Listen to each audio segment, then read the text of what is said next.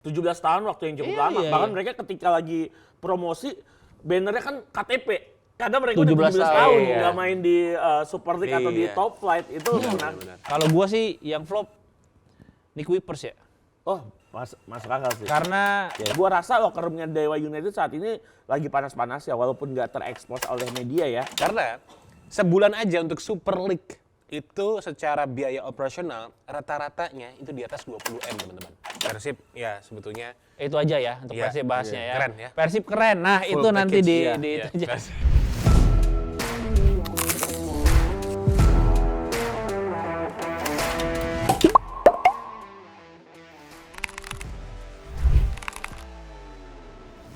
Hey Sobat Gibah, dimanapun itu kamu berada, selamat datang di Gibah Bola.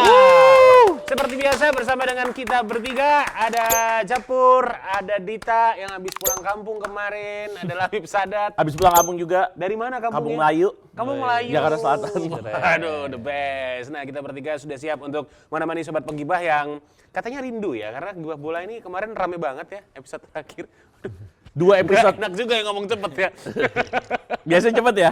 Oke, kemarin rame yang terakhir. 2 episode terakhir rame. 2 episode terakhir rame dan ternyata juga banyak Sobat Penggibah yang request buat kita harus konsisten. Wah, alhamdulillah. Buat bikin episode-episodenya. Iya. Yoi, menuju 2000 subscriber soalnya sekarang ini. OTW 2000 subscriber. Anyway, ini sekarang kita mau ngomongin soal Super League yang ternyata ini udah mau masuk ke penghujung season paruh musim ya, sebetulnya. Dan kemarin di pekan ke-11 kita udah lihat hasilnya seperti apa. Betul. Yang kita bakal bahas tentunya di Gibah Bola episode kali ini. Yang pertama pastinya adalah Borneo FC. Ya. Yang masih terus konsisten, 10 kemenangan beruntun. Win streak. Gokil. Nirbobol baru 4 kali. Yoi. 21. Cuma 4 kali. Berarti kemarin kebobolan ya? Kemarin kebobolan. Lawan Semen Padang enggak? Semen Padang enggak. 0-2. Dia. Dewa juga enggak. Dewa juga enggak. 4-0. Banyak clean sheet ya kok. Lu bayangin 10 game, dia kan baru 10 game. 4 kali kebobolan doang, mungkin 3-4 game doang dia kebobolan, sisanya clean sheet. Nadeo dengan di bawah Minstar semakin ganteng. Tidak hanya parasnya, tapi permainannya semakin luar biasa. Sama ini dia duet sama Guyon Waton. Guyon Waton kemarin jadi gua udah lihat. video klip. Kok tiba-tiba ada Nadeo? Bukan cuman video klip, nyanyi dia. Nyanyi juga dia ya? Nyanyi. Keren. Keren Nadeo. Tapi terlepas dari Makin itu step semua, up. Fabiola Fundes lagi mendapatkan spotlight yang cukup tinggi. Ya, oke. Dengan kita kan sudah bahas bahwa Fabiola Fundes ini pelatih yang sangat adaptif. Dia dengan siapapun dia punya squad dia bisa maksimalkan. Apalagi dengan squad Borneo yang mewah. Tahan dulu. Siap. Karena topik yang selanjutnya juga yang akan kita bahas untuk Sobat Penggibah adalah Dewa United. Aduh. Yang semakin pusing yang nggak tahu arahnya mau kemana untuk di Super League musim ini. Iya. 7 kali kalah. 7 kali kalah Dari dan 10 pertandingan. Dari 10 pertandingan ya. Berarti 2 kali menang, 1 kali imbang. Oh, dari 11 game. Dia udah 11 game. Benar, Dia udah 11 game. Iya. 3-1-7. Yes. 3 menang, 1 draw. Yang menarik adalah justru performanya jauh lebih menjanjikan di Asia. Mungkin dibandingkan lawannya dengan kali Super ya. League. Lawannya memang Mungkin lawannya di bawah yang nggak Dewa, setara ya betul. sebetulnya. Iya. Berarti Bukan Super League nggak step up bro. Sebenarnya Oh, bukan jelas nggak setara lah. juga.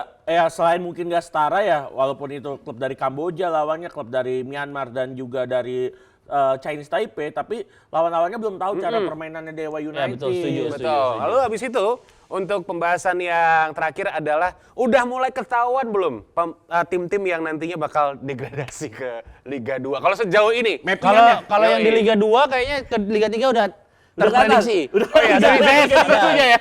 Sriwijaya FC kayaknya. Degradasi. Sriwijaya, PSIS tuh calon-calonnya tuh.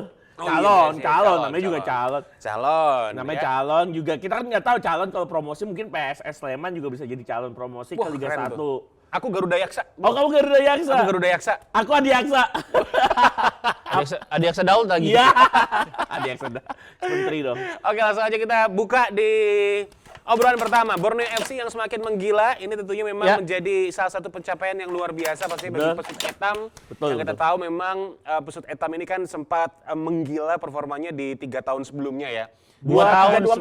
2 tahun ya? 2 sebelumnya. musim sebelumnya. Oke, dan untuk di musim ini ternyata ini bukan hanya sekedar blessing ya buat Borneo FC, tapi juga pasti ini sesuatu yang memang mengejutkan, baik dari mungkin coaching staff yang ada di Borneo, ya manajemen dari Borneo FC, bahkan juga untuk pecinta dan penikmat dari Super League, karena siapa disangka sebetulnya Iya, iya. Borneo FC yang nggak gembar-gembor, tapi pada akhirnya kenyataannya di atas lapangan mereka bisa konsisten sejauh ini. Apakah memang ini udah klop nih sama Lafundes nih? Ya kalau gue lihat ya tadi gue bilang Lafundes ini pelatih yang sangat adaptif, dia bisa memaksimalkan setiap pemain yang ada Ya. di Madura, di Persita dengan skuad seadanya saat itu dibandingkan Borneo ya yang Iya, saat iya. ini mereka Madura dan Persita saat itu statusnya kuda hitam saat itu.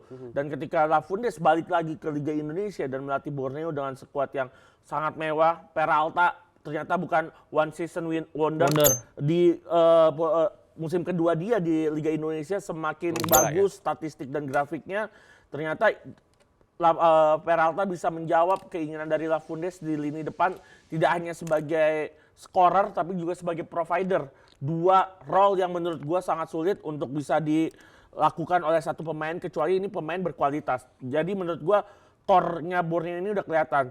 Ada Peralta, ada Juan Villa, Vinicius di lini depan, terus juga ada Kehirose, Christophe Nduaragira, Nadeo, dan pemain-pemain muda seperti Pace Faturrahman, lalu juga ada Komang Teguh, dan bagus banget. Alvarez Buffon. Menurut gue ini pemain-pemain, belum lagi kehadiran Diego Michels yang semakin merekatkan locker room, sang kapten. Dan menurut gue ini mungkin adalah saat yang terbaik untuk Borneo untuk mendapatkan gelar juara top flight untuk kali pertama sejak mereka promosi di tahun 2014. Pernah ada kesempatan di musim 23-24, tapi saat itu mungkin mereka habis Kehabisan bensin ya, di betul. Championship Series. Ini udah kompetisi full season, maraton, ngelihat mereka dalam pekan ke-12 karena mereka punya 2 laga tunda termasuk lawan Persib Bandung. 10 kemenangan dalam 10 game ini menurut gua perfect ya 100%. Lini belakang kuat, kokoh, solid, lini depan tajam, ditambah transisi mereka yang bagus. Lini yang hebat dari nama Peralta adalah for your info, Peralta ini pernah 1 goal board sama Julian Alvarez di Liga Argentina. Oh, waktu Julian Alvarez masih muda ya. Julian Alvarez masih di Liga Argentina, terus juga Peralta masih di correct me if I'm wrong, di Argentinos Juniors. Jadi pernah satu Argentinos Junior. ya kan ya Argentinos Juniors di satu score sheet yang sama. Jadi menurut gua kuncinya di Peralta. Tapi jika Peralta di lock sama pemain lawan, Lafundes harus punya opsi lain untuk bagaimana mencari suksesor ataupun pengganti dari yang sepadan seorang Peralta. Jika Peralta, kita nggak ada yang tahu ke depannya, mungkin Peralta bisa aja cedera, tapi semoga enggak ya. Tapi kan namanya resiko bisa aja terjadi. Terus juga mungkin tim-tim lawan di putaran kedua udah tahu cara mainnya Borneo seperti apa di putaran pertama, bisa aja. Harus ada opsi lain sih menurut gua. So far cara permainan, gameplay yang ditampilkan oleh Lafundes dengan teknis permainan yang ia terapkan sejauh ini sukses. Tapi kan apakah bisa nanti di putaran kedua? Karena kalau menurut gue di putaran pertama sih bakal sapu bersih, tapi belum tentu juga nanti lawan Persib Bandung seperti apa challenge-nya. Ya apapun masih bisa terjadi, tapi sejauh ini harus kita akui Borneo FC ini paling menyeramkan. Oke, Borneo FC paling menyeramkan, dan tadi kalau seandainya Labib sampaikan ya Sobat Penggibah, ada potensi untuk Borneo FC menyudahi musim ini dengan mengangkat trofi sebetulnya. Apabila bisa untuk menjaga konsistensi dan juga Lafundes bisa menemukan another formula ya nantinya di paruh musim kedua. Nah kalau untuk dari penglihatan Dita nih, terlalu dini nggak sih sebetulnya kalau seandainya kita bisa simpulkan untuk persaingan di papan atas ini Borneo FC no debat ya, nggak bisa ada yang nyenggol di sana. Karena secara perolehan poin dengan Persija Jakarta sekarang di nomor 7. 7. Kalau 2 laga sisa dimenangkan bisa beda 3. Satu karena Persija juga punya 1. Oh, 1 ya. Berarti 10, ya. taruhlah bisa 10 clear jaraknya gitu. Tapi kalau yang gue lihat dengan Lafundes yang punya pengalaman di Liga Indonesia, bagaimana dia membesut tim yang notabene skuadnya di bawah Borneo saat ini kan. Artinya dengan skuad yang seadanya dalam tanda kutip tanpa mendiskreditkan pemain-pemain lain, dia masih bisa konsisten gitu, masih bisa menyulitkan tim-tim lain, tim-tim juara gitu. Dan dengan skuad yang ada saat ini, dengan ini Borneo ini harus diakui depan sama belakang luar biasa sama bagusnya gitu. Depan sangat menyeramkan, belakang juga sangat kokoh gitu, di mana Nadeo semakin dewasa. Tadi nama-nama yang disebut sama Labib pemain muda terutama yang harus diapresiasi, Fatur Roman, kemudian juga Komang Teguh, terus juga Buffon itu bermain dengan apa ya, dia membuktikan bahwa ini salah tiga talenta dari Jawa Tengah, salah tiga ya kan? Main kita maafin salah tiga dari talenta back penerus Rizky Ridho nih mungkin saja. Yes. Dan kalau kita lihat mungkin Peralta ini musim keduanya ya, kedua di Borneo. Tadi Labib juga menyebutkan bahwa dia membuktikan bukan one season wonder, ditambah Juan Villa yang begitu luar biasa, menjadi dirijen dan juga punya sisi kreativitas yang luar biasa, memanjakan para penyerang dari Borneo dan membuat tugas dari Peralta tuh sedikit ringan gitu dengan keadaan Juan Villa. Dan Juan Villa sendiri sudah mencatatkan 4 assist dan Peralta sudah mencatatkan 9 gol. Artinya ini kombinasi yang sangat baik di lini depan, ditambah lini belakang yang juga sangat kokoh. Di lini tengah juga mereka punya kayak Hirose yang semakin membuktikan juga bahwa dia tipikal box to box juga kan. Box to box dan breaker Gitu. Dia bisa ball winning, kemudian kemarin juga sempat mencetak gol. Artinya ini skuad yang lengkap. Akan terasa sangat mengecewakan jika mereka tidak juara di musim ini. Karena oke lah di 2 musim lalu mereka gagal di playoff gitu, di championship-nya, tapi di musim ini jika mereka gagal, rasa sakit itu akan semakin besar karena ini 10 pertandingan mereka diberikan harapan yang begitu tinggi, para supporter dari Borneo gitu, Segiri Mania kan. Pusamania. Pusamania begitu berharap. Mungkin di awal mereka bersaing di papan atas adalah target yang realistis. Tapi dengan 10 kemenangan beruntun, mereka pasti sama seperti Indonesia gitu kan. Udah masuk ke babak keempat, wah tanggung nih nggak Piala Dunia gitu. Sama seperti Borneo, tanggung kalau nggak juara. Indonesia lagi kena. Iya, tapi balik lagi, ini maraton. Sekali lagi kita beberapa kali bilang 10 pertandingan di Super League atau di Liga Indonesia itu masih pre-season dalam tanda kutip. Semua masih bisa membaca.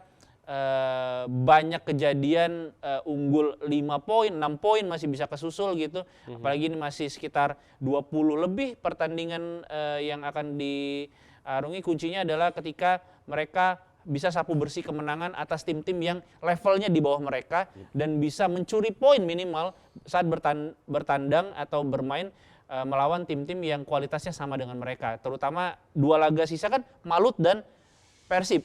Itu Persib. Sorry. Yeah. Persib Bandung dan gue lupa, tapi yang pasti ditunggu Persib Bandung sih. Iya, Persib Bandung, terutama Persib Bandung di GBLA.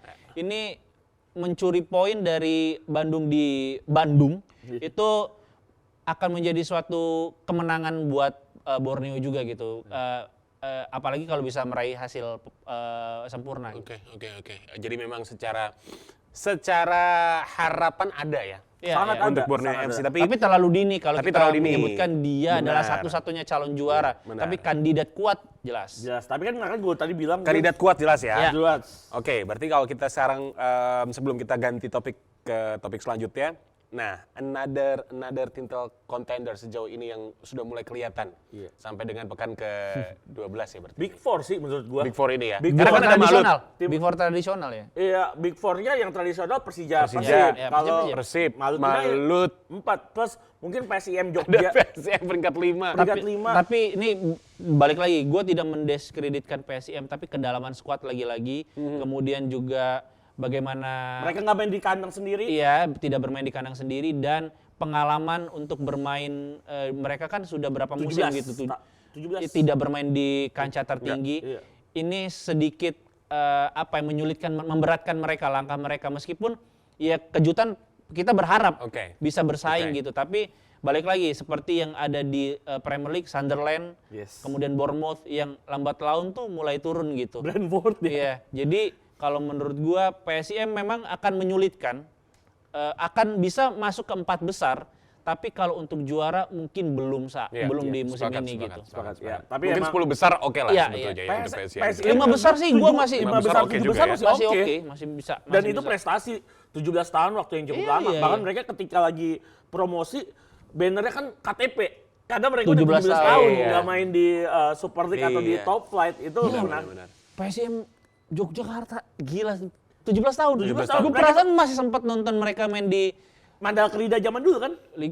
Bank Mandiri masih ya. Iya, zaman dulu. Iya, Terus- iya. Dan kalau gue lihat memang mapping udah kelihatan. Tadi Iya, James iya, udah bilang mapping bottom 3 udah kelihatan.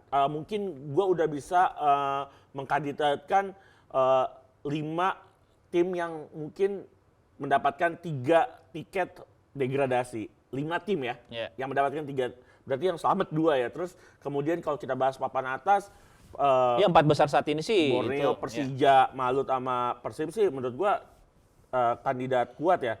Kalau gua lihat Persija diuntungkan bersama Malut juga diuntungkan dengan hanya bermain di satu kompetisi. Persib Bandung semakin jauh, hampir dipastikan lolos ke babak knockout ACL tuh. Bersiap Pastinya melawan akan Al semakin Nassr. jauh. Bersiap melawan Al Al Nassr. Nassr. Selain Al Nassr sebelum itu kan pasti W-nya lebih jauh lagi nih Iya, iya. dibandingkan W yang sekarang kebanyakan beruntungnya menghadapi tim-tim dari Asia Asia Tenggara seperti dari Lion City, Singapura, tim Malaysia, Malaysia, Selangor, dan juga Thailand. Bangkok, United Thailand. Jadi menurut gua keuntungan-keuntungan non teknis seperti itu yang bisa dimanfaatkan oleh Persija dan juga tim Malut United. Kalau ngeliat Borneo musim lalu kan sebenarnya Borneo juga ditasbihkan sebagai salah satu kandidat juara, tapi mereka nggak kuat secara fisik karena mereka juga bermain di Asian Club Championship tahun lalu, di mana waktu itu juga mereka mainnya di Batakkan. Banyak faktor-faktor yang membuat Borneo akhirnya kalah kanan kiri di Asian Club Championship. Babak belur, Dipukul ya. di babak belur, di babak grup, di Super League juga nggak berprestasi seperti musim 2023-2024, tapi di musim ini mereka hanya bermain, udah kembali ke segiri markas mereka setelah full renov, nggak full banget, terutama di bagian infrastruktur bangku penonton, lalu kemudian mereka bisa bermain hanya di satu kompetisi. Ini kesempatan buat Fabiola Fundes sih, buat ngebawa Borneo setidaknya hingga akhir putaran pertama, berarti sampai game week 17 mereka stay di peringkat 1 dan bisa menjaga gap point yang Sebenarnya cukup kuncinya adalah bagaimana mereka bisa menjaga gap point. Itu sih. mental soalnya Iya, di situ. ketika tetap bisa menjaga gap point, ini kan yang akan kesulitan adalah yang ngejar kan. Sebenarnya kan mempertahankan lebih sulit daripada mengejar gitu. Iya. Itu yang harus jadi PR utama La Fundes gitu. Bagaimana dia tetap menjaga jarak aman antara peringkat 1 dan peringkat 2. Ini kuncinya sampai di tadi putaran kedua. 17. Ya, putaran kedua. Iya. Semakin menarik sebetulnya karena kan memang putaran pertama hanya menyisakan berapa ya? 6 laga ya. 6 laga. Ya kan? 6 18 tim ya kita. 18. 18. 6 laga, sekitar 6 laga. 17 pertandingan. Ya, jadi 6 laga untuk Borneo FC yang tengah mempertahankan puncak klasemen ini juga sangat menantang pastinya. Challenge untuk Borneo FC bersama La Fundes dan pastinya secara quality pemain yang mereka miliki ada potensi yang besar ya pastinya untuk Borneo FC, apalagi Peralta bro. Wah, gokil sih Peralta. Bagus banget. Peralta sama Gila, Juan Villa gua. Ini Juan Villa for your info ya, Peralta ini udah dapat 5 kali man of the match dari 10 laga Borneo. Yang artinya dia dapat produk handphone kan. Dan handphonenya harga 5,5 juta. Dibacain sama orang. Berarti Peralta udah ngantongin handphone seharga 27 juta. 5. 5 soalnya. Kan katanya Peralta di Segiri buka counter katanya. Iya, akhir musim Jual buka Oppo counter. dia, jual Oppo. Iya, jual produk handphone Iya. sponsor ntar. Udah 5 bro dari 10 pertandingan. 5. Ya dikasih ya. Dikasih ya. langsung. Langsung ya. Langsung dikasih. Peralta sell katanya. Peralta sell, OCL ya. Peralta sell. Ini kayak di Jawa Tengah tuh banyak tuh. Kata gue sih 5 Oppo tuh tambah sama iPhone 14 Pro ya bro ya. Bisa tuh, 15 bro. Oke, next nih. Dewa United. Wow. Dewa United ini jadi tim yang memang memprihatinkan sejauh ini. Dengan squad yang ada ya. Iya, dari 10 laga yang sudah dilakoni dan ditambah lagi 11 ya. 11. 11 laga yang sudah dilakoni dan dengan squad yang sangat melimpah begitu.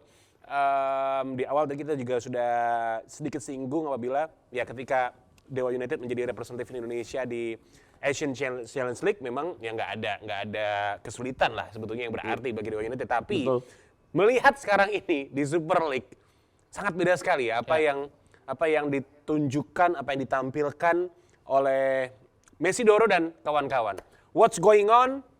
What's wrong with Dewa United? Ini yang pastinya menjadi tanda tanya besar. Apakah memang Jan Olde rekening, ya? Ya, Rinkerik udah habis? Enggak sih. Atau memang masih ada chance untuk dia bisa mengubah Switch. Ya. Ya, kalau peluang untuk nge-switch prestasi ke arah lebih baik ya besar, peluangnya masih ada. Skuad tadi Dita udah ngomong dengan skuad mewah saat ini, skuadnya bagus banget dari belakang sampai depan. Gua nggak tahu mereka missing puzzle-nya di mana. Kalau gua perhatiin mungkin missing puzzle-nya di lini tengah. Mereka butuh ball winner model kayak Hirose kalau di Borneo. Kalau di Persija ada Van Basten Souza. Ya butuh pemain-pemain inilah tukang jagal, tukang angkat galonnya. Terus kemudian kalau gue lihat kemudian adalah seorang Jan Olde ini juga butuh another formula, another plan, karena ini adalah musim ke jalan ketiga, keempat bahkan. Gue ngelihat harusnya ada perubahan yang masif, harus ada perubahan lain. Kalau ngelihat squad sih sebenarnya harusnya mereka step up ya, setiap musimnya selalu ada pemain-pemain bagus, selalu ada pemain-pemain baru, pemain berkualitas yang disisipkan masuk ke dalam komposisi skuad anak dewa. Tapi mungkin formulanya Jan Olde ini udah sedikit usang dalam tanda kutip, harus ada perubahan yang cepat, apalagi saat ini udah mau masuk putaran kedua. Tadi dibilang kan kalau pertandingan pekan ke-11, ke-12 ini sebenarnya udah melewati pre-seasonnya pertandingan di Liga Indonesia. Jadi ini kesempatan Borneo untuk, apalagi setelah international break, mereka langsung dihadapkan dengan Persib Bandung di tanggal 21 November di GBLA. Di GBLA. Gua nggak tahu apakah ini bisa menjadi judgment day-nya seorang Jan Olde atau Jan Olde masih dipertahankan at least sampai pertengahan musim ini. Tapi Jan Olde benar-benar harus melakukan perubahan yang setidaknya mereka mendapatkan kemenangan dulu. Ugly win menurut gua nggak apa-apa. Kalau mereka harus terus dengan idealisnya Jan Olde bermain cantik, itu menurut gua akan sulit. Tapi ini 4 kali beruntun. Nah, 4 kali beruntun. Dan nggak ada gol sama sekali. Setelah AFC Challenge League mereka drop banget. Dan gua rasa mereka harus menang dulu. Even itu ugly win, tetap kemenangan still win menurut gua.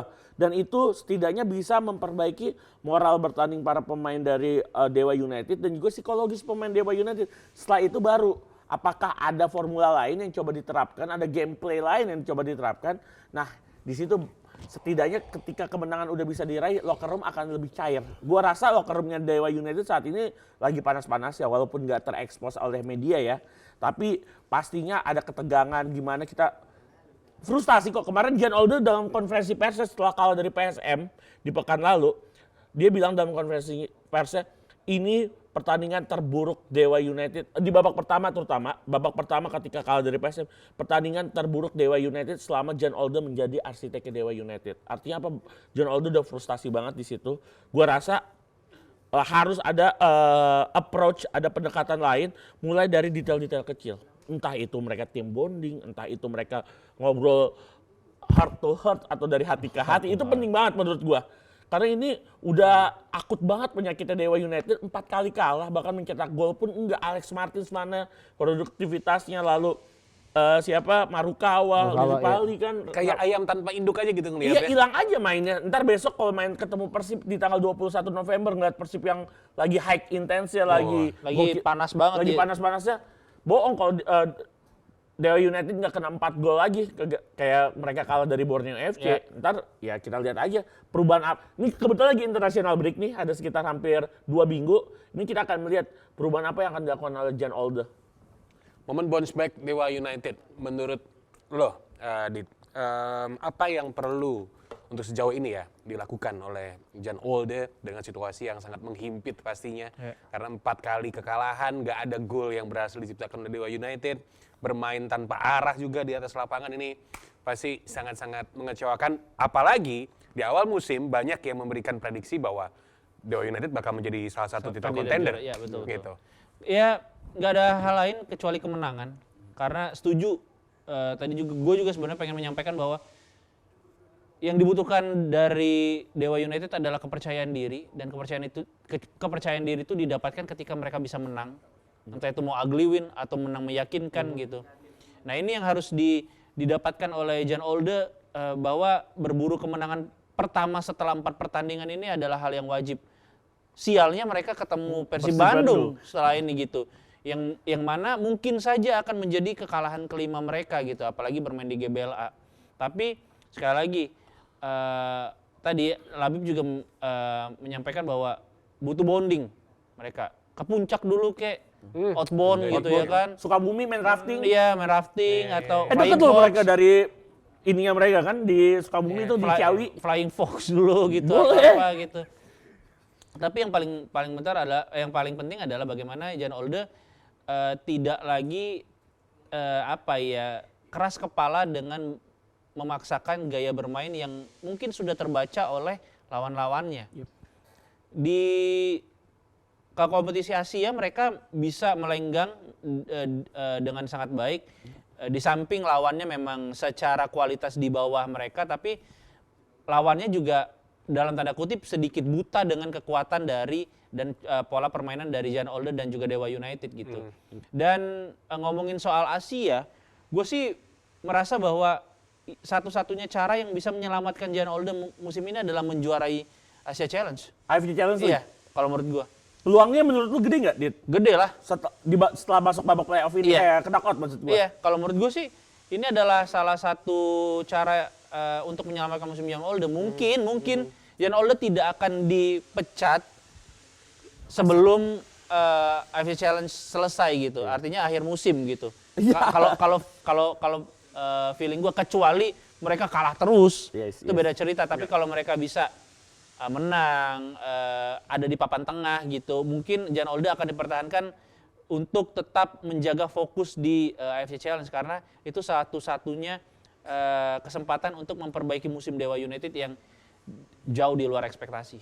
Berarti masih ada kesempatan untuk Jan Olde? Masih. Tapi gue sepakat sih tadi, at least Jan Olde bawa Dewa United ke taruhlah peringkat 7, peringkat 8 dulu, ke papan tengah dulu.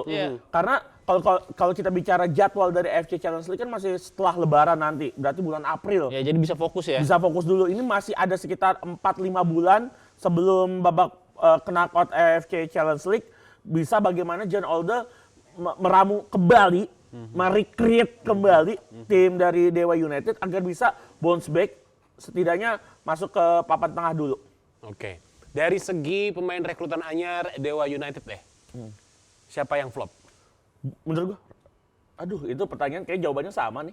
Kenapa? Bang Rafael gue sih. Yang flop? Iya, dengan embel-embel dia yang statusnya adalah saat itu striker timnas Indonesia, striker timnas under 23, dengan harapan yang besar, dia pernah main di ADO Den Haag, di Brisbane Roar. Menurut gue pasti harapan Jan Olde, apalagi mungkin bahasa ibunya mirip-mirip dengan Jan Olde, sama-sama dari besar di Belanda. Londo. Gitu. Iya, Belanda. Wong Londo. Ya, tapi sejauh ini baru mencetak 1 gol, itu juga di AFC Challenge League. So menurut gue Rafael satu di Challenge League ya. Challenge League dia berarti udah lebih dari 007 dia waktu sebelum dia mencetak 1 gol itu. Jadi dengan harga yang mungkin ditawarkan ya Rafael strike sih menurut gue. Dengan harga, dengan privilege yang didapatkan ya. Privilege siapa sih? James, kalau bicara privilege aku nggak tahu deh. Ada klausul kontraknya. Apa sih? Ada awal musim ya, bisa pulang pergi. Pulang pergi. Banten. Jakarta. Banten, Jakarta. Kalau pakai jet pribadi. Kalau gua sih yang flop Nick Wipers ya. Oh, masuk akal sih. Karena bisa. Dia diboyong untuk membawa mental juara, malah mental yang ada kan, nggak ada mental juaranya gitu. Dari mental jadi iya, mental ya. Mental dari perburuan gelar juara gitu. Iya. Bagaimana Nick Wipers yang diharapkan adalah bagaimana dia bisa juara bersama Persib Bandung, didatangkan ke sini, bahkan sempat cedera juga. Betul. Dan sekarang salah satu kelemahan Dewa United adalah di lini belakangnya yang keropos, selain lini depan yang tidak bisa mencetak gol gitu. Jadi Nick Wipers dengan ekspektasi yang ditaruh kepada pundaknya kayaknya salah satu yang flop juga. Iya sih, gue sepakat sih Nick Wipers emang sempat turun banget, apalagi di laga pertama udah kelihatan tuh ketika kalah dari Malut United 3-1. Posisi Nick Wipers benar-benar dieksploitasi waktu itu sama DDS, sama Ciro, sama Tiron. Tawan ya, my friend katanya. My friend. Ketahuan, kamu tahu, saya tahu kamu mau kemana. Ya, akhirnya ya betul, gue sih sepakat. Harusnya Nick Wimers bisa bisa membantu kerja dari Sonny Stevens. Oke, kalau gue sih melihatnya salah satu yang lainnya itu yang defender tuh Casio ya. Casio Seed ya. Casio juga. Ya. Karena dia kadang on off juga Casio main sebagai starting line up, enggak gitu cadangan kan. Iya, karena mungkin ini ya memaksimalkan pemain asing. Casio juga sebenarnya ketika di Malut sudah bagus, terus sempat main di Vietnam League, juga main di salah satu tim papan tengah. Menurut gua harusnya bisa menawarkan sesuatu yang berbeda, tapi malah Wahyu Prasetyo yang kerja keras ya di lini pertahanannya Dewa United, James. Jadi ya 2 back asing, terus juga tadi gue bilang Rafael Strike ya, sebenarnya pemain-pemain yang ekspektasinya tinggi dari manajemen, dari supporter, dari tim tim Dewa United secara keseluruhan, tapi nggak ngejawab sejauh ini. Atau jangan-jangan para pemain dari Dewa United terlalu nyaman ya. Wow, nyaman. Dengan fasilitas yang ada. Bisa. Cuman nggak ada bondingnya, jadi nggak ada chemistry-nya. Jadi Outing, dibilang outing. Harusnya outing Team nih. building Tim dia. building, tadi gue udah bilang detail-detail kecil kayak tim building, outing tuh penting banget. Harus Rafting kayak Kayak kemarin waktu pas sebelum mulai season kan mereka nggak ada outing ya. Nggak ada, mereka Di langsung Instagram latihan mereka ya. aja, mereka langsung latihan biasa aja. Pasti bosen. Iya bosen, gue rasa harus main inilah, main arum jeram tuh penting tuh. Iya, kalau nggak jalan-jalan ke Kamboja. Atau Ngapain? kayak ke Lembang gitu kalau jalan ke Lembang kalau Main ke jalan. Kamboja dia. Nah, bicara soal Dewa United yang terpuruk, tentunya juga di Super League kita melihat ya pemandangan di klasemen. Ada beberapa tim yang juga mulai terlihat sparkling, yang justru malah bukan sparkling bersaing di papan atas, tapi sparkling untuk meramaikan persaingan di papan bawah. Wow, Ya. wow. Dan ada salah satunya yang kemarin juga bikin doa bersama. Ya, Persijap tapi- Jepara. Persijap Jepara, tapi masih belum naik, malah justru kalah lagi kan Habis kemarin. doa bersama kalah dari Malut United 2-1. Tapi Malut sih sulit ya. Malut sulit ya kan, dan ditambah lagi juga kita melihat jika Semen Padang terakhir lawan Borneo FC kalah juga. Kalah juga. Walaupun udah ada Dejan Antonic ya, tapi ternyata juga susah Dejan Antonic, Pak. Kalah 2-1 ya. Oh, sekarang 0-2, diganti 0-2. Sorry 0-2. diganti Dejan Antonic. Dayan Antonic. Antonic menggantikan Eduardo Almeida. Yes, dan ditambah lagi juga Persis Solo yang ternyata juga udah mulai kehilangan sparklingnya di Super League. Peter Kehilangan Deru, pemiliknya. aduh, Peter Deru kemarin dinonaktifkan sebelum Derby Mataram ya James. Tapi ternyata Oh, jadi ya? iya dinonaktifkan kan bahasanya belum tentu dipecat juga atau mungkin dilengserkan dulu, digantikan oleh coaching staff yang lain dan malah mendapatkan hasil draw melawan PSIM yang posisinya lagi bagus banget. Tapi Derby mah mau posisi lagi di atas di bawah sih pasti Tetap panas, tetap panas. Tetap Iya, panas. iya, dan salah satu tim lainnya juga adalah PSBS Biak. Jadi ada 4 tim ya, sobat penggibah ya. Iya. Ini ada PSBS, Persijap, Persis, Semen Padang. Yang gua rasa memang 4 tim ini nih sebetulnya yang akan bersaing di papan bawah sampai dengan akhir musim sih. Jadi cuma ada satu tim aja nih kayaknya yang selamat. Iya. Iya, Coba- ya, satu tim yang lainnya Persik lah, Persik. Persis Solo banyakkan cabang si Jack-nya daripada jumlah kemenangannya itu. Susu si Jack. Tahu kan susu si Jack? Susu murni, susu Tahu, murni. itu kayak cabangnya ada 5, kayak kebenangannya Persis Solo belum nyampe Nah, makanya. 3 ya. Iya. Ini seru sih tapi ya. Semen Padang di musim lalu nyaris degradasi. Iya. Dan Ya. musim ini juga ya mereka akhirnya merasa bahwa wah harusnya bisa jauh lebih bagus, tapi ternyata nggak sama sekali. Dan ada drama atau polemik pelatih sebelumnya, yaitu adalah Almeida ya. Eduardo Almeida. Ya kan? Eduardo Almeida dipecat melalui Instagram ya, stories ya. Iya. Dia taunya bukan dari manajemen, tapi dari Instastory. Lu bayangin abis kalah terus Instastory Aukarin lagi yang ngumumin.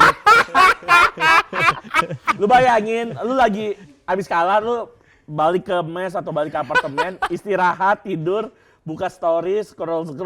Di-mention doang, Di-mention. di-mention. Mending kalau di-mention, no mention orang. No mention, emang dia nggak pernah mention. Gila. Lah, gue dipecat ini. Almeida out ya. Almeida out, hashtag tuh. Iya kan? Hashtag. Dengan background warnanya orange, hijau, kuning. Bagusnya orange kita ini ya. sebetulnya. Bagus kita. Iya loh. Almeida out ya Allah, ada aja ya sebetulnya jenaka-jenakanya di Super League ini. Gimik lucu itu. Iya, tapi secara kualitas apakah memang Semen Padang tuh nggak step up dari musim sebelumnya? Tapi dari 4 tim ini memang ini mungkin apa ya, 4 tim terlemah. skuad terlemah yang ada di Sepakat. Super League saat ini gitu. Kita menyangkanya bahwa salah satunya lagi PSIM gitu yang salah satu yang terlambat ternyata cukup konsisten dan step up gitu dengan kualitas pemain yang ada. Kalau misalnya kita ngeliat PSIM di awal, sebenarnya kalau kita bisa ngebedah ya, Dit, ini banyak diisi pemain-pemain senior. Ya, Ini pinternya PSIM. Ya, Ketika ya. mereka akhirnya kembali lagi ke top flight dan mereka butuh pengalaman, mereka mendatangkan pemain asingnya bukan pemain asing dari liga luar yang belum pernah main di Liga Indonesia, yang sudah tapi pemain Liga pengalaman Indonesia. di sini. Vidal, Halyeta, terus juga Zé Valente. Valente, Yusaku Yamadera masih dipertahankan, Rafinha masih dipertahankan. Itu kan artinya core pemain asing aja mereka udah kelihatan. Mereka pemain yang berpengalaman pernah main di Liga Indonesia. Even Rafinha dan Yusaku Yamadera ikut dari Liga 2, tapi menurut gue itu nggak masalah. Seenggaknya adaptasinya Bondingnya ya. bonding dan adaptasinya udah bagus di situ. Dan juga pemain-pemain lokal yang datang juga pemain lokal yang berpengalaman, Cahya Supriyadi, Reva Adi Utama, ditambah pemain-pemain yang memang udah menjadi core PSIM sejak di second flight. Jadi memang kalau gue lihat PSIM deserve sih ada di Iya, papan setuju. tengah. Kalau deserve dia. Iya, Konsistensi dan juga bagaimana kecerdasan manajemen untuk memilih pemain yang memang punya pengalaman dan Liga Indonesia proven gitu. Yes. Iya. Dan ditambah lagi juga dengan hadirnya beberapa nama-nama muda ya sebetulnya di PSIM yang justru juga mencuri perhatian. So congrats untuk PSIM yang ada di peringkat 5. Tapi kita balik lagi nih ngomongin soal Persib nggak ada Persib. Nanti skip sampai menit ke ini ngomongin Persib di menit ini aja gitu. ini kita nyoba dulu kalau tadi kita ngomongin tanpa Persib ini. Yoi, Tapi di viewsnya judul berapa? tetap ada Persib. harus ada. Tapi Iya. menurut gua nggak mungkin Borneo sih. calon juara, Persibnya kemana? Nah, gitu. Kan kita nanya Persib kemana, soalnya nggak dibahas di sini. Iya. Persibnya di peringkat 4. Iya. Boleh lah bahas sedikit. Iya, nanti di closing ya. Di closing ya. Iya. Tetap harus ada sisipan-sisipan Persib Tetap kan soalnya. Persib, bro. Oke, sebelum kita ngomongin Persib ya, karena Dita udah request nih. Iya, Persijap Jepara, bro. Iya. What's going on with Persijap Jepara yang awal musim sempat mengejutkan, tapi sekarang justru waktu pas kemarin gue sempat baca ada problem internal lah, Iya, itu ada. manajerialnya lah. Kalau ngomongin budget. program internal kan gak jauh-jauh dari finansial tuh kan, pasti. Gua ngeliat ya ini mah paling Persijap Jepara honeymoon season aja nih, 3 game 4 game awal gitu, termasuk ketika menaklukkan Persib. Persib Bandung Iya. 2-1 gitu. So gue lihat memang konsistensi balik lagi kompetisi bola itu kan maraton panjang, apalagi sampai nanti masih sampai pertengahan tahun 2026. Kalau misalnya udah bicara, kita bicara finansial bahwa kita kalau UE aja udah ngitung-ngitung tuh kalau misalnya ke Semen Padang gitu, ke Padang udah kayak beli Avanza baru kayak gitu lah. Karena memang kalau belum sanggup harusnya nggak mengikuti Super League kan, kalau mereka nggak sanggup gitu. Kalau sekarang ngomong udah pekan ke berapa sekarang? Udah pekan ke 11 ke 12 ya sayang amat mereka ngomong bicara seperti itu. Kok bisa bicara seperti harusnya mereka mempersiapkan tim tuh udah dari jauh-jauh hari. Mereka udah tahu resiko-resikonya termasuk UE jauh. Ini belum ada UE Papua loh bahkan. Iya. Paling jauh UE Makassar, Kalimantan, ataupun paling jauh banget tuh Sumatera ke Thanks to Padang. PSBS kan, karena mainnya di Maguwoharjo. Thanks to PSBS udah nggak main di Lukas NMB lagi gitu. Kalau main di Papua paling yang diberangkatin 18 pemain aja tuh buat ngisi daftar susunan pemain. Syukur 18 pemain. Ada tuh tim yang cuma 15 pemain, Pak. Dulu ke Serwi aja pura-pura cedera atau enggak ngambil kartu merah lo, bayangin dulu tuh.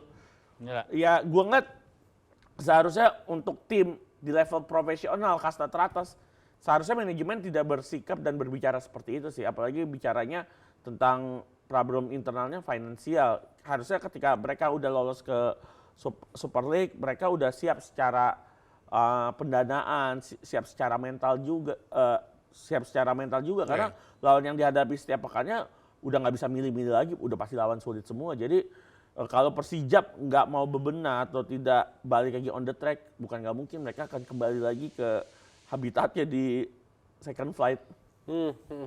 Karena memang persaingan ketat. Ketat banget. Semua tim harus benar-benar proper, Yes. ya, mulai dari pemilihan staff, pelatih, pemain, kemudian juga pasti secara finansial nih, balik lagi ya, finansial tim-tim yang ada di Super League ini yang memang layak untuk dipertanyakan sih ya sebetulnya. Bukan hanya Persijap sih, tapi yang kita sering temui ya, PSM Makassar, Ya. gaji harus terlambat. Musim lalu gitu. ada PSIS Semarang. PSIS Semarang. 1-2 musim terakhir stay di FIFA bench. Iya. Bagaimana bahwa mereka mendapatkan hukuman dan ada nama klub mereka belum melunasi Iya. hak-hak para pemain. Sriwijaya FC harus diskon penonton 50%. Kabarnya mereka tuh belum bayar catering sama hotel tuh. Waduh. Sumpah. Catering loh. Kasih catering, Bro. Catering bro. Nasi ayam geprek aja bisa gitu kan. Iya. Ih, catering lo nggak bayar dia. Catering Wilson lagi. Catering itu kan catering. Repot banget. Ya kan kita nggak bicara kalau kita meromantisasi waktu kan Sriwijaya memang ada tim dengan bintang 2 ya, tim ketika unifikasi Liga Indonesia. Jenderal dia. Udah juara 2 kali dengan juara Copa juga Letnan dia. dengan Hat-trick, prestasi bro. luar biasa. Gua rasa Double winner pertama. double winner 2012 ya. Iya sih. Makanya enggak. Sayang nggak sih kalau ngeliat Iya. Sriwijaya dengan kondisi yang Main di Liga 3. belum lah, taruh masih di Liga 2 Wah, ya. kemungkinan besar belum pernah menang. Iya. Kalah terus ya? Enggak, Kalah terus. Low streak kalah ya? dan draw 2 kali kan. Tapi sekarang kan ada playoff degradasi ya? Nah itu yang bisa dikejar Oh, sebenarnya. Jadi oke. sebenarnya bisa ngejar ke peringkat 8 Dit. Iya. Kalau ngeliat Sriwijaya luntang lantung di papan bawah cuma harus ngejar playoff degradasi, miris nggak sih? Miris. Miris lihat tim miris. sebesar Sriwijaya, bintangnya 2 loh. Tuh. Di atas logo bintangnya 2. Tolong ini yang nonton terus habis itu mau bikin Clippers ya ini di Ya tolong. Gua Ya. rasa tolong selamatkan Sriwijaya. Save Sriwijaya. Betul, gue setuju banget gitu. Dan gue sih ngerasa bahwa apa ya tadi nyambung soal Persijap yang katanya ada masalah finansial, Sriwijaya FC juga gitu. Kita kan dulu menjadi tempat belajarnya Jepang gitu. Sepak bola Indonesia gitu. Tapi Jepang betul-betul berevolusinya cepat sekali gitu. Dan yang harusnya kita ikuti adalah bagaimana ketegasan Jepang untuk melakukan liganya hanya klub-klub yang memang lulus verifikasi. Ya, lulus verifikasi tanpa ada sogok-sogokan ya. Tentu saja verifikasinya benar gitu. Benar-benar syaratnya itu harus diikuti gitu bahwa mereka kalau tidak salah nih pernah kompetisinya cuma 8 tim. Karena cuma 8 yang lolos verifikasi baik dari sisi fasilitas, sarana prasarana, kemudian juga akademi dan juga finansial yang paling penting karena untuk mengarungi liga itu tuh nggak murah gitu. Apalagi yang akan dikorbankan adalah para pemain yang akhirnya tidak digaji, para staf yang akhirnya tidak mendapatkan haknya. Bahkan tadi catering, hotel yang itu kan bisnis ya. Bisnis yang akhirnya merugi karena klub-klub tidak punya tanggung jawab terhadap finansialnya gitu. Jadi menurut gua Liga Indonesia harus tegas untuk berani membatasi kalau memang tidak lolos verifikasi ya sudah tidak usah ikut Liga Super gitu. Kalau bicara Super League dari verifikasi yang paling sebenarnya apa ya levelnya top itu kan verifikasi AFC ya. Yeah. Kalau verifikasi nasional itu masih pakai itu di lolos bersyarat itu yang gue bahas banget. Naik bersyarat tuh dulu ada, Iya, ada tuh. naik tapi pindah. Iya, status lolos bersyarat itu menurut gua harus dihilangkan. Iya. Standar seperti itu, standarnya harus pakai kalau standar AFC. Berarti setiap musim di Super League dalam satu kompetisi cuma ada 6 tim. 6 paling 8 paling banyak. paling Persija, Dewa, Persija, Persib, Bali. Bali, Iya. Arema, Borneo, Iya. Madura tuh. Madura rajin. Madura lumayan untuk AFC. Karena udah main AFC Challenge League. Iya. Itu Itu 8 tim. Tapi benar-benar syaratnya tuh harus benar-benar dipatuhi. Iya, Udah itu terpenuhi. aja. Jadi kan setidaknya tim-tim lain tuh akan berbenah dan akan menumbuhkan sepak bola Indonesia yang lebih baik lagi. Ekosistemnya akan jalan Iya, gitu sih. Sepakat gue, ekosistemnya lebih sehat. Jadi nggak ada lagi kasus pemain yang Gak gajian. nggak gajian, yang meninggal karena nggak ada duit, nggak bisa ingat banget berobat. lagi gue. Iya kan? banget tuh. Karena Ya. sejauh ini juga sebetulnya masih belum ada solusi ya. Iya, Yang karena kita lihat rentetannya dan kan kita sangat temui. sangat panjang Sangat gitu. panjang. Sebenarnya Sangat kalau banyak. solusi itu sempat tercetus 1-2 musim lalu ada yang namanya salary cap. Cuma ngelihat saat itu gaji-gaji pemain di Indonesia terutama di top flight udah mulai gak masuk Nggak masuk akal, lebih mahal inilah pemain timnas Indonesia dibanding pemain asing. Iya, pemain-pemain yang main di Liga Eropa Eredivisie, Iya. di J-League aja bilang, ini pemain-pemain Indonesia gajinya mahal-mahal banget. Dan dikeluarkanlah aturan salary cap, terus kemudian ada yang namanya penggunaan pemain asing lebih banyak agar bisa menekan biaya pemain-pemain Indonesia agar nggak ngasih gaji, menawarkan gaji yang tinggi. Tapi nggak berjalan secara, nggak sukses gitu. Maksudnya ketika dalam perjalanannya tetap aja salary cap-nya tembus-tembus juga, dalam artian semua klub juga jor-joran. Oke, kalau kita bicara Borneo, Persija, Persib, Persebaya sih masih punya salary cap secara internal ya, secara aturan tim sendiri. Mungkin tim-tim yang lain jor-joran.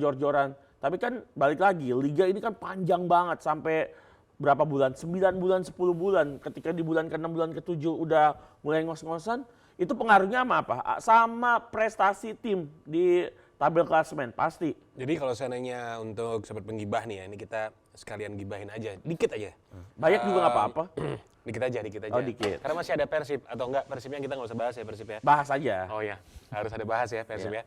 Jadi buat yang bertanya, tim pasti kan ada pertanyaan gini ya, gimana sih caranya tim itu bisa survive dari finansial gitu ya. Kita nggak usah ngomongin financial freedom kalau usah nyuntuk di klub bola Indonesia gitu ya. Karena sebulan aja untuk Super League itu secara biaya operasional rata-ratanya itu di atas 20M teman-teman. Satu musim. Satu bulan. Operasionalnya? Operasional 20M. Gaji pemain. Oh iya, itu termasuk. Oke, gaji pemain, staff. Iya. Terus habis itu ya Transport, tergantung ya. nih klubnya ini punya PT yang gemuk atau enggak. Iya. Karena kan masih kita temui kadang tuh di PT yang menaungi klub bola itu hanya ya nggak lebih dari 10 lah pegawainya. Iya. Ya, tapi kan itu apakah bisa dikatakan profesional juga enggak sebetulnya kan. Terus habis itu belum lagi Biaya untuk away. biaya away, itu gede banget. hotel dan lain sebagainya. Itu jadi salah satu apa ya bobot dalam pembiayaan operasional teman-teman. Lalu untuk latihan, Yes. latihan 1 minggu berapa kali harus Fasilitas. nyediain, yoi. Fasilitas. Nah itu ya memang sedikit kurangnya itu yang menjadi pengeluaran untuk klub profesional yang ada di Super League, ya. Gimana caranya untuk nutup itu atau pendapatan klub tuh dari mana sih sebetulnya? Iya. Ya kita nggak bisa jauh-jauh dari tiketing. Tiket itu sebetulnya. yang paling besar di Indonesia sekarang. Tiketing sama Tiketing. sponsor. Ya kan, terus habis itu Karena merchandise kita nggak bisa berharap banyak gitu Yes. dengan merchandise. Yes. Karena daya beli dan juga kebiasaan membeli yang harga Murah. Mahal. mahal tuh belum terbiasa di Indonesia gitu. Dan balik lagi, ujungnya apa? Uang owner kepake. Iya, jadi ya masih susah kalau seandainya kita bicara bahwa ya klub mandiri gitu loh ya. Karena memang owner pasti kan ya ada harapan adalah bisa balik modal. Tapi kayaknya kalau seandainya untuk di Super League balik modal tuh ya sulit ya, bukan Dan masalah waktu tapi emang impas sulit aja atau sebetulnya. nol aja itu udah bagus. Dan hak siar yang masih belum seimbang gitu. Iya. Oke, jadi hak siar itu akhirnya diakalin. Hak siar itu diakalin dengan match fee kan biasanya. Iya. Yang dimana itu diakumulasi selama 1 bulan. Jadi untuk sekarang ini, kalau yang terakhir yang gue tahu itu 1 bulan setiap tim itu dapat 500 juta, Iya. pukul rata. Subsidi. Iya, Ya dana benar, subsidi. 6 miliar, 7 miliar lah Oh, satu musim. subsidi Iya, silang lah ya. Yes, tapi kan dengan hanya ratusan juta Pak, itu ya Allah, nutup gaji pemain juga sebetulnya. Enggak. Enggak bisa sama sekali gitu loh sebetulnya. Untuk tim-tim besar kayak Persija Persib mah 600 juta buat 6 pemain doang Iya. itu paling. Iya. 5 paling. Iya. Sponsor Sponsor. juga sebetulnya ini yang juga perlu diedukasi gitu. Rata-rata brand-brand yang menjadi sponsor di klub Super League itu 50% diantaranya kurang puas, nggak satisfying. Karena apa? Message yang mereka inginkan Nggak itu tersampaikan. nggak tersampaikan. Berarti kan memang harus ada edukasi, yaitu adalah marketing. Bagaimana caranya ini bisa untuk menghidupkan ekosistem. Jadi brand ini juga punya ketertarikan buat kasih sponsor ke klub. Begitu. Jadi memangnya banyak sih sebetulnya. Wah, PR itu banyak kalau sekali. digibahin kayaknya next week kayak enak nih. Iya, nah salah satu benchmarking untuk di Super League itu adalah Persib Persib Bandung. Bandung, betul. Nah, Itu dia bridging yang sangat Mantap, mantap, manis. dari seorang James Purba. Persib keren bro, Persib. Keren. Benchmarking sebagai salah satu tim yang bisa dibilang tim yang solid ya di liga ini. Solid dari sisi di dalam lapangan dan di luar lapangan. Iya, Harus iya. diakui memang Persib Bandung ini adalah brand dan juga bukan cuma budaya dan identitas Jawa Barat, tapi ini adalah brand yang sangat seksi. Bagaimana mereka bisa mengolah si kulit bundar, mengolah ya tadi manajemen yang sangat baik, kemudian juga sponsor yang masuk juga satisfying ya, karena benar-benar Dikemasnya bagus gitu. betul Respon di media sosial luar biasa. betul, dan juga memang community buildingnya tadi terlepas dari mereka memang sudah identitas dan mendarah daging ya. Community buildingnya sangat luar biasa gitu. Dengan kata lain adalah manajemen yang saat ini tahu kalau Persib Bandung ini bisa dibilang adalah identitas budaya. Ya. Mereka bisa memanfaatkan dengan menyambungannya dengan brand-brand. Ya, Jadi setuju. brand-brand pada semangat tuh, responnya pada positif ketika mereka tahu misalkan brand A, brand B, brand A, B, C, D gitu, taruhlah namanya. Kemudian ditaruhlah di posting di media sosial, berbagai aktivasi ya, mau aktivasi online atau aktivasi offline. Dan respon dari supporter Persib itu juga feedbacknya sama-sama bagus. Brand mah udah seneng banget di situ. Iya, brand apa sih yang dipengen kan awareness ya. Awareness. Karena ya balik lagi brand masang di sini ya tentu saja pasti pengen ada selling out, tapi kan nggak semua itu langsung gitu. Ya awareness yang besar di Persib Bandung dengan mungkin dia followers terbanyak di Instagram di Indonesia ya. Nomor satu gitu. Dan luar biasa aktif sekali gitu Bobotoh. Ini juga apresiasi untuk Bobotoh yang juga mau tidak mau ikut membesarkan nama Persib Bandung itu sendiri gitu. Iya. Jadi memang untuk Persib ya sebetulnya itu aja ya untuk Persib bahasnya ya. Keren ya. Persib keren. Nah, Full itu nanti package, di iya. itu aja. Full package. Jadi kalau saya nanti kita akan baca komen yang mau dengerin Persib di menit ke-45 ya cuman 2 menit ya. Iya. Di menit 46 sampai 48. Iya. Sobat Begibah, thank you ya. Ini kita main games nggak? Nggak usah lah ya. Kalau begitu kita pamit aja. Pamit aja, Ya. kalau gitu ya. Gamesnya besok ya, Bapak Kreatif ya. Besok ya, ternyata panjang nih 50 menit. Ya kalau begitu untuk Sobat Begibah jangan lupa untuk kasih like, comment, subscribe. Lalu juga Views-nya jangan lupa. oh iya, views-nya semoga nih rame ya. Rame. Semoga rame dan kalau seandainya mau saran-saran ide ya atau memberikan Di komen pujian lagi. atau kritik di komen ya. Ramaikan kolom komentar itu yang penting sebetulnya dan Sangat. likes-nya ya. Oke, pasti. Karena algoritmanya itu wah sangat menaikkan sekali gitu. Oke, ada pesan-pesan lagi? Ah, cukup. Cukup, Ya? kita lanjut lagi nanti. Ya udah kalau begitu. Bye bye, Sobat Begibah. See you. Oh.